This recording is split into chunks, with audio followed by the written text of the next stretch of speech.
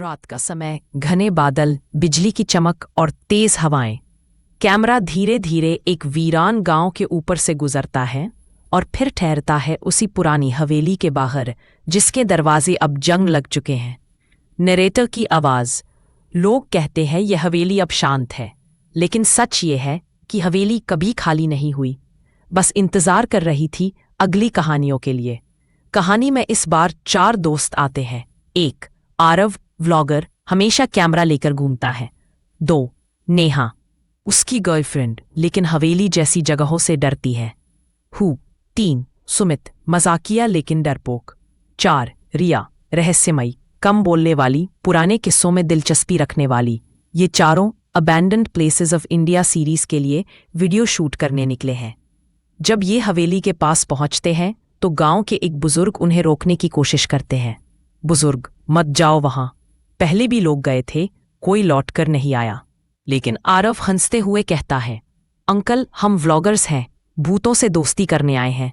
दरवाजा जोर से धक्का देते ही खुद ब खुद खुल जाता है। अंदर अंधेरा, टूटी खिड़कियां और फर्श पर बिखरी जली हुई मोमबत्तियां।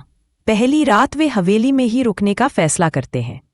आरव कैमरा सेट करता है, लेकिन कैमरे में अजीब ग्लिचेस आने लगते हैं।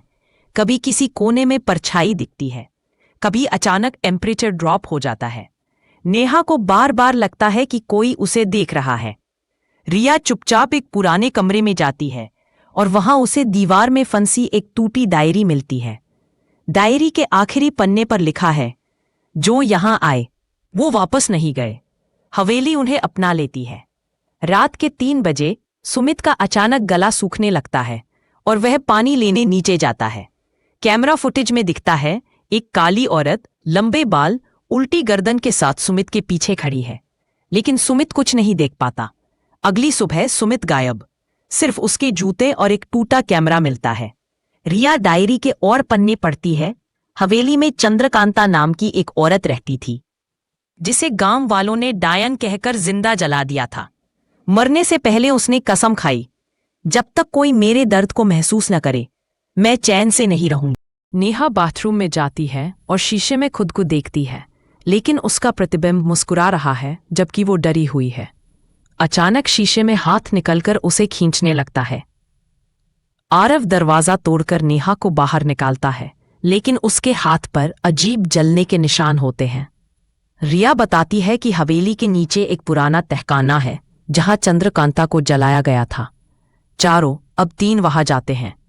दीवारों पर जले हुए हाथों के निशान और बीच में एक लोहे का ताबूत। ताबूत पर लिखा, मुझे मत खोलो वरना सब खत्म हो जाएगा। लेकिन आरव कंटेंट के लिए ताबूत खोल देता है। तुरंत हवेली हिलने लगती है, दरवाजे बंद हो जाते हैं और हवा में चिल्लाने की आवाज, अब तुम सब मेरे हो। रिया अचानक सबको धोखा देती है। असल में वो चंद्रकांता की वंशज है और इस हवेली में उसे फिर से जगाने आई थी। वो कहती है, तुम तीनों उसकी आखिरी कुर्बानी हो।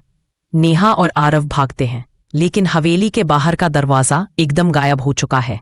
बस चारों तरफ दीवारें। कैमरा गिरता है। आखिरी फुटेज में सिर्फ चीखें और एक आवाज, हवेली अब फिर से जाग गई है। दरवाजा खुला था, लेकिन बाहर रास्ता नहीं था। कदमों की आवाज, लेकिन कोई दिखाई नहीं दे रहा था। हर आईने में किसी और का चेहरा था। कमरे में ठंडक बढ़ रही थी, जैसे कोई पास खड़ा हो। वो हंस रही थी, लेकिन होठ हिल नहीं रहे थे। अचानक सब अंधेरा, बस एक चीख और